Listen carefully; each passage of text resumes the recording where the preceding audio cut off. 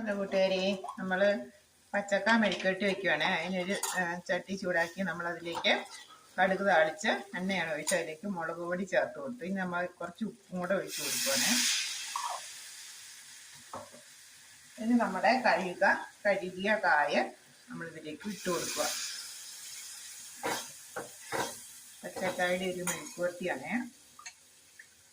അപ്പം ഈ ഉപ്പിലും ഈ മുളകിലുമായിട്ട് നന്നായിട്ട് നമുക്ക് വെന്ത് കിട്ടും, പിടിച്ച് കിട്ടും. അപ്പം നല്ല സൂപ്പർ ടേസ്റ്റ് ആയിരിക്കും.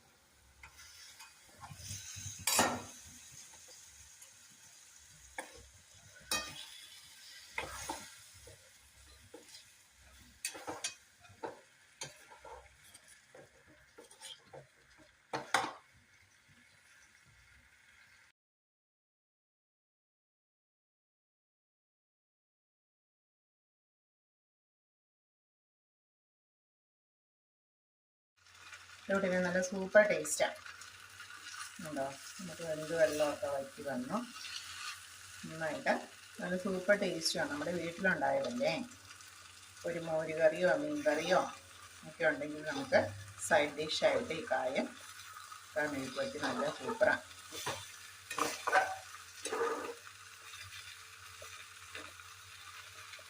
Okay, thank you.